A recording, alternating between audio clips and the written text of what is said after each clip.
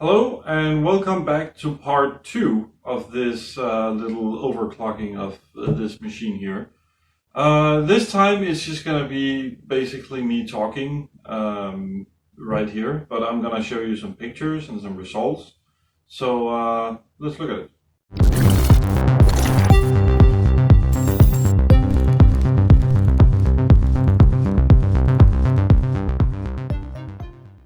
So let's have a look at some numbers, but first you might actually notice that the graphics card is still down here. I chose to keep it down here. I tried it to put it up here, and the gap here was very, very tiny. I did run a little bit of performance testing on that, and you will see that later. But first, let's have a look at the temperatures. The first picture here is after delidding. And we see 59 degrees on the package and 59 degrees on the hottest core. So it gave us around 5 degrees to delid and use a better thermal paste. But I was actually hoping to go from 60 degrees to 55, but instead we went from 65 to 60. When I first saw this, I got a little bit worried for the overclocking, but as it turns out, it was not the biggest issue, actually. The next picture here, we see I ran the fans at absolutely max speed. That's actually not that fast because these are Noctua fans and they have a low noise adapter on them. So I was unable to just run 100% that the fans can do, but the BIOS thinks that we're doing 100%. We actually see kind of the same temperatures here. Maybe 1 degree less, no, not even, actually, 59, 59, and 59, yeah. So we're basically running the same. I actually thought that we were going to have an issue with the front intakes here, but it turns out that these intakes are actually pretty decent. I don't have a lot of experience with this exact case, so I didn't know, but we also have two very big fans here, and they were spinning quite fast, actually. So that was all right. Let's go to the next one. Okay, so I took the side panel off just to see what happened to the temperatures. And here we actually see, yeah, we fell 1 degree on package. I ran the same amount of time. I reran Cinebench to make sure that these tests were kind of equal. And 1 degree is kind of within the margin of error. So I don't want to say that we actually improved anything here. But, well, at least the numbers show a small improvement. But at least this tells us that the case has no airflow problems. Next one is overclocking temperatures. Now, I do have, as you can see on the CPU set, you can see we're running 5.1 gigahertz. I'll get into that after this picture. After running Cinebench quite some time at this speed, I saw a 93 degree on the hottest core and on the package. This is kind of high, but this system is not going to be running Cinebench 24/7. It's going to be running games, and games is not that heavy. It won't get this hot when running games, and even this is fine. I think the maximum is 105 on this CPU, so we're still within spec, Intel zone spec. So that's fine. I was worried about the VRMs, but if we look at the TMP in 3 and 5, we actually are still within like the 90 degree, around the 90 degrees here. So MOSFETs can usually get 105. Some of them can tolerate 125 degrees. You don't necessarily want to go up there. And if this keeps running overnight, the CPU will of course heat up more, and the VRMs will heat up more because the case itself will heat up more. But it doesn't seem to be an issue in this case because he's not going to be running any rendering things in the night or something like that. So for this specific use case, I would believe that this is all right. Still a little bit to the high side, but that's all right. So The next one is actually the final results. First of all, everything here can actually go faster, but I usually figure out the maximum stable clocks for everything, and then I tone it a little bit down again. So first of all, the memory itself got bumped from 1200 megahertz, which is what you would call 2400 megahertz. I bumped it up to 2800 or 1400, as it says on CPU-C under memory here. I was also able to get the TRFC clock down. This was 420, I think, to begin with, and the TRES was 34. I actually don't remember. It's in one of the older screenshots, but it doesn't matter. Cache latency was 14 before. It is now 13. So all in all, the memory overclocking, well, it basically sucked because I wanted to run at least 3600 megahertz or something like that. Which anyway, on ASRock's program here, I always use this to show off the sub timings. Now, I'm not going to bore you with a bunch of these. I do believe that I can tighten up a lot of these timings. There's actually more memory timings than what you see in this ASRock program here. But I didn't fiddle a whole lot with it. I don't want to use hours and hours just trying to tweak the memory when they are actually this bad. I do firmly believe that like a 3600 kit or even a 4000 kit, 2x8 kit even, like having 16 gigabytes instead of 32, and running like 4000 megahertz, that's going to definitely up the performance. As you will see later, like this tiny overclock here on the memory has a pretty big impact on the memory speeds. So what I'm saying is the raw bandwidth. I actually don't have any real tests from going from these 1200 megahertz to 1400 megahertz. So I cannot say that the memory, the improved memory speeds actually helps incredibly much. I will have to isolate it and test it, but not this time. That's probably gonna be another video. So then we actually need to look at the memory tab again, because in the memory tab we see NB frequency. NB frequency is what, well, CPU-Z reports this as North Bridge frequency, but that the CPU is kind of the North Bridge these days. So 5000 megahertz. When the CPU, well, when the whole thing was stock, I did see 4700 megahertz here, which is actually above stock clocks, because the stock is 4300 megahertz. This is, to clarify, this is the cache inside the CPU. The cache and the core frequency has been separated since what, the 4000 or 5000 or 6000 series or something. I don't really remember when it happened. But these days you can set the cache frequency as a separate clock instead of just going with the core clock.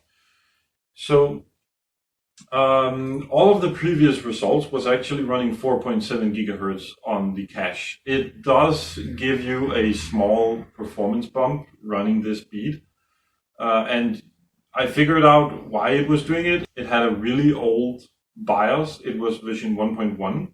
I upgraded it to 1.8 and then it went back to 4.3. So MSI probably did this because this is a very early release. So when reviewers get this motherboard and they test it, they will come out on top because they have a little bit faster cache frequency than all of the others. This is not just MSI doing this. All of the board vendors do this. Some of them change bus speed to 101 times whatever your multiplier is. So MSI is definitely not the only one guilty of this. This is very known, actually. Anyway, we went back to 4.3 gigahertz, and I bumped it up to 5. It could actually run 5.2. But I did notice a little bit of crashing, and at 5.1, it was perfectly stable. So I bumped it down to 5 gigahertz just to make sure that we have it completely stable. Okay, so looking at the CPU frequency, that is 5.1 gigahertz. I booted at 5 gigahertz, everything worked fine. I booted at 5.2, everything worked absolutely fine. I was running 1.3 volts. Then I bumped it up to 5.3 gigahertz. I had very soft crashes in Cinebench, so I backed off to 5.2, and I bumped up the voltage a little bit, and now it seemed to be stable, just running Cinebench over and over. I, of course, ran the whole benchmark suite at 5.2. I didn't note any of the numbers because they're pretty irrelevant, and 100 megahertz, the difference is not that big anyway. But just to make sure that we have stability, I bumped it down to 5.1 gigahertz.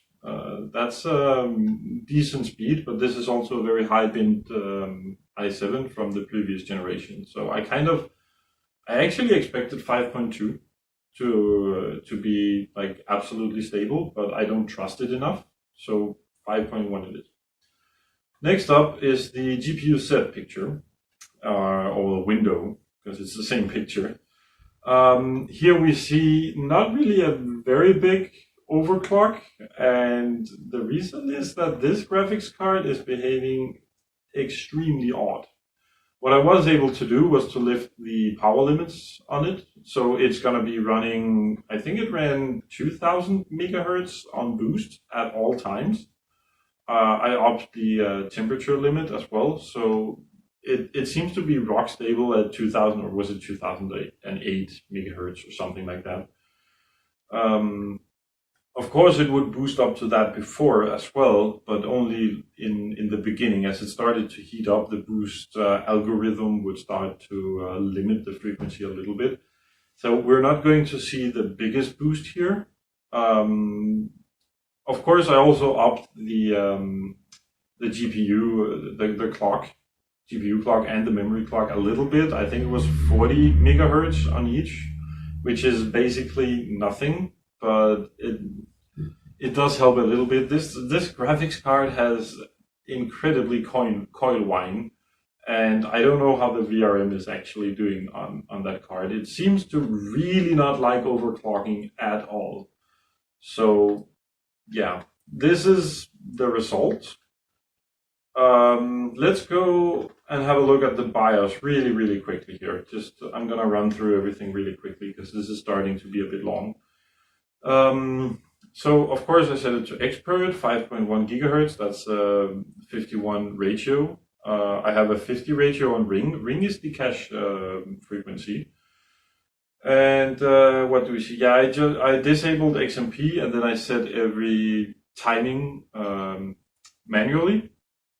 And I kept it at DDR4 2800 because the stock speed was 2400, so it would not boot anything above 2800 megahertz. It would simply not boot up at all, just a black screen, and then it would pop up saying your previous overclocking settings did not work, you have to adjust something. So this is the absolute max that it will actually boot with. I didn't go above, well, actually we can see the voltages here. So going at the voltages, core voltage is 1.35. It was stable at 1.325, but I bumped it up a little bit more since it was okay with the temperature. The voltage is usually what gives the temperature.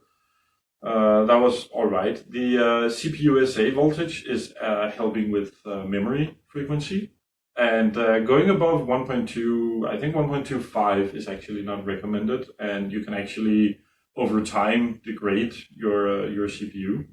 The CPU I/O voltage is the voltage for the memory controller. This is really important to keep this under control. Some motherboards will actually change this to an insane value like 1.4 or even 1.5. I have seen 1.65 in one case, just from activating the XMP. This is just the motherboard window thinking, hey, this XMP setting, it has to absolutely work. So we're upping the voltage to insane limits on the integrated memory controller. But keeping it above 1.2, sometimes 1.25 is is okay. It depends on what you want to do. Like liquid nitrogen overclocking, you're not worried that much about degrading, so you just bump it up to whatever you need. But running daily, you don't want to go over, well, 1.2 should be all right. 1.25 should be all right as well, but I keep it at 1.2. Also, these memory here don't really run that fast, so the memory controller was not really the biggest problem here. I just wanted to keep the voltage under control, just to make sure it doesn't go crazy with this motherboard. I don't know if this motherboard does it or not. I always do it just to make sure. The DRAM voltage is 1.5. In general, DDR4, when you want to run daily and you want to run the system, maybe it has to be on at all times or something. 1.55 is generally what I would consider the upper limit. I didn't want to try 1.55 and try to boot at a faster speed or anything, because I want to keep it a little bit lower than the maximum I would recommend myself, just to make absolutely sure nothing is wrong.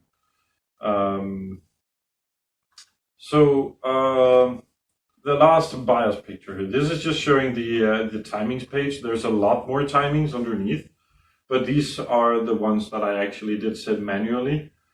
These are kind of atrocious, to be honest. Yeah, I didn't feel like spending hours and hours on a memory kit that's really bad anyway, and the performance difference in games, I don't even know if they're there. So that's the end result that you're seeing here. Yeah. So let's quickly jump through the benchmarks. Actually, first, let's just look at the power consumption. I'm not going to put anything on the screen here. I'm just going to say the numbers, because that's the easiest thing, just going to jump over it. Stock, we had a load wattage of 416. With the overclock, we're at 521. So that's more than 100 watts more. I don't actually know if that's worth it in terms of like efficiency, but overclocking is usually not worth it in efficiency. So just really quickly, idle, we were running 45 watts on stock, and now we're running 68 watts because I disabled a lot of power saving features. So first of all, let's look at IDA. Really quickly here, we are reading with over 40 gigabytes per second now, and we are writing at almost 40.1 gigabytes per second. The cache speed also got bumped quite a lot, but I actually did put a comparison together here. So let's have a quick look at that. The left one seems to be the before, and the right one is the after. Yes.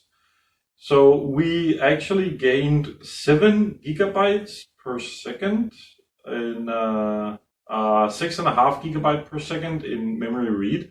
That 40 gigabyte per second was kind of what I was hoping to hit. I was struggling with 39.5, I think I was at. And then I got a bit annoyed because I like even numbers. That's why I fiddled with timings even. I didn't want to do it, but yeah, I needed that 40 gigabyte per second.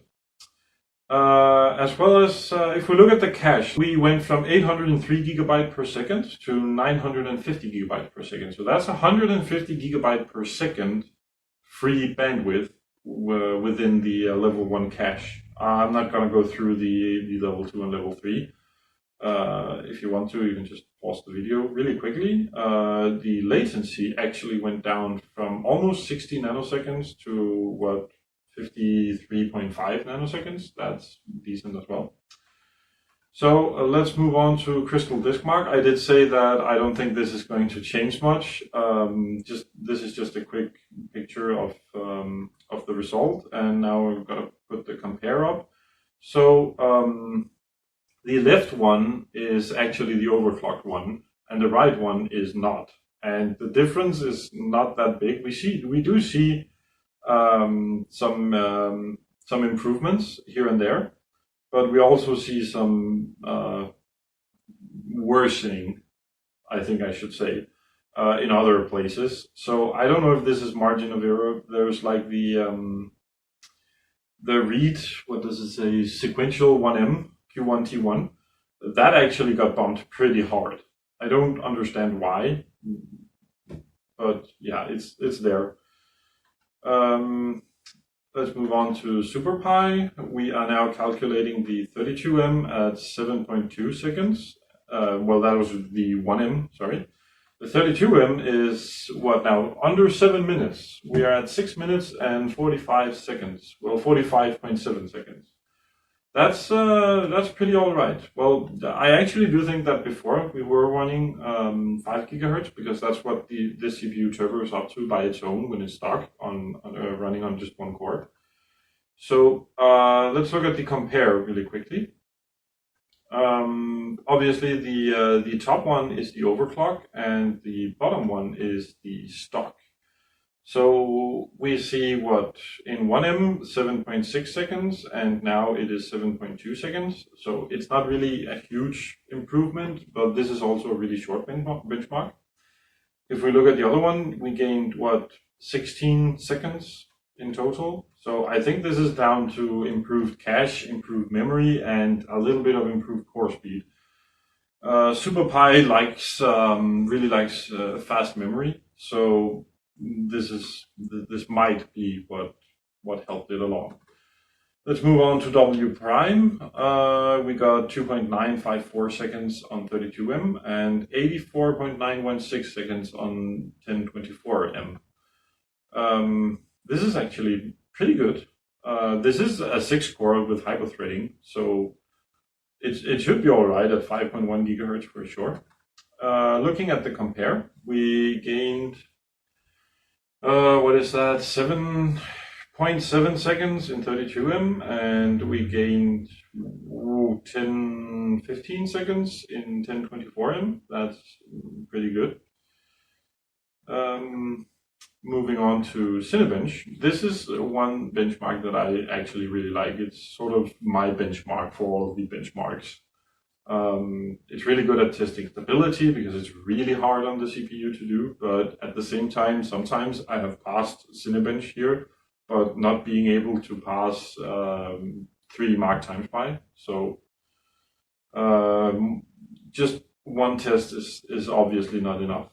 Anyway, we are now getting almost 1600 points. This is kind of annoying to me, actually, that I'm only getting a little bit under 60. I would have liked to hit the 1600. I could have if I was running at 5.2 for sure, but the system is not, well, I cannot guarantee the stable a stable clock with that. So yeah, too bad. Anyway, let's compare really quickly. The top one is the overclock, and the bottom one is before. This is a pretty decent bump. We were running 4.3 gigahertz, I noticed, on Cinebench, because all cores and all threads are working, so that's all right. Quick look at Cinebench R20. I got my 4,000 points. I was at 3,980 something. And pushing it above actually meant pushing the cache frequency to from 4.9 to 5. But it did all right in that. Like it only took a reboot and it just did it. So that was quite all right. Actually, you can see in the comparisons here, I was running 3,971 and then just rebooted and I got my 4,000. So that was pretty nice. Yeah, so let's compare this really quickly with the original result. We gained more than 500 points. I think that's pretty all right. Geekbench likes the memory. I do remember getting 6,600 in the multi-core score, and we're gonna compare it in a second. The single core score I don't really remember, but this is trying to emulate a bunch of everyday workloads. So yeah, this score is pretty okay, I think. Let's look at the comparison. Yeah, so before we had 6,600 in multi-core score. Now we have 7,539. That is all right in my book. The single core score did not really go up though, only 100 points. But 100 times what, 12? That is about what we gained. We gained under 1,000. So that kind of makes sense. This result kind of makes sense. Okay. Let's have a look at the Firestrike. So 23,461 points. I like to run Firestrike because most people can run Firestrike these days. Back in the day, like I think in 15, it came out in 13, but still in 15 it was pretty hard to run. But these days it's easy. Well, easy and easy. On a desktop it's pretty easy. So this should be an easy comparison if you want to run it on your own system. This is a free software, so you do have to look at a demo though, but that is what it is. Let's look at the comparison here. So from 21,912 points to 23,461 points. That's a decent gain, but remember the graphics card was actually, it didn't really want to be played with at all. So Firestrike has its own CPU test. I think some of the score obviously comes from that CPU test being way better now. Yeah. So this is where I took the graphics card from here and put it up here. I put something in between just to make sure that this fin stack would not hit the components on the back of the GPU here. And let's look at the result. So I got almost 1,000 points more here, just from going from X4 to X16 in PCI Express lanes. And my conclusion here is kind of like, if you have an X8 speed, then you're perfectly fine. If you have PCIe Gen 4, which is on AMD Ryzen these days, you can have an X4 bandwidth and still be cool with even your 2080 Ti, I'm sure. So we don't really need the X16 link. Definitely not in PCIe Gen 4. People are going crazy over it, but we just don't need the bandwidth. Not for gaming. It is very, very nice for something like storage. We have new NVMe drives that use PCIe Gen 4. That's really nice. They're very fast. But for this gaming scenario, no, you don't need anything above X8 Gen 3, actually. Even X4 is not inhibiting the graphics card a whole bunch. It is a little bit. The performance gains are there, for sure. This is not just margin of error, because it actually happened with TimeSpy as well. We can look at that. Let's first look at the TimeSpy Extreme result. 4,548 points. That is, well, it is what it is. It's not really improved that much. If we look at the comparison, it improved by what, 200 points? But this is also really low point, because the extreme one, I was getting what, maximum 30 frames per second. Sometimes I was very low at like what, 22 frames per second. This is a very, very hard benchmark, and you don't get high scores on it. So that one is, I don't think that's free. I don't think you can run it in the free 3D Mark. Just saying, that's why I ran Firestrike, just to make sure that there's some comparison to be made with free software. Yeah, right. Let's look at moving the graphics card up and giving it an X16 link is gonna grant us what, between 100 and 150 points. So again, it's not really limiting the graphics card that much, but there is definitely a limit there. I wanted to try to run some real workloads, not just these synthetic benchmarks and stuff. That's just, I really like running benchmarks. I like seeing the improvements and stuff, but this is going to be a gaming machine, so we should have some gaming. I don't actually have a lot of games, to be honest, not really a lot of graphics intensive games, but I did fire up CSGO here, as you can see. I ran something called FPS Benchmark. That's a workshop map you can get, in the workshop. Average FPS was 489.52. I did see frames during the benchmark run. I saw frames over 1,000 frames per second. But I also saw dips when you go through some smoke in this map. There's I don't know how many smoke grenades that you go through. The FPS really drops. That is really hard for the system to render. So I saw around 140, 160 FPS. So if you do have a 120 hertz screen, you can definitely max that out all the time. Just run VSync 120 hertz. That's perfectly fine. Even when you have like a gazillion smoke grenades on top of each other, especially for CSGO, that's fine. Shadow of the Tomb Raider is something that I ran as well. So I actually ran this one twice because average FPS is 92. That seems kind of low. But I had something called SMAAX2, I think it's called. And when you select that in graphics settings, it actually pops up a message for you and tells you that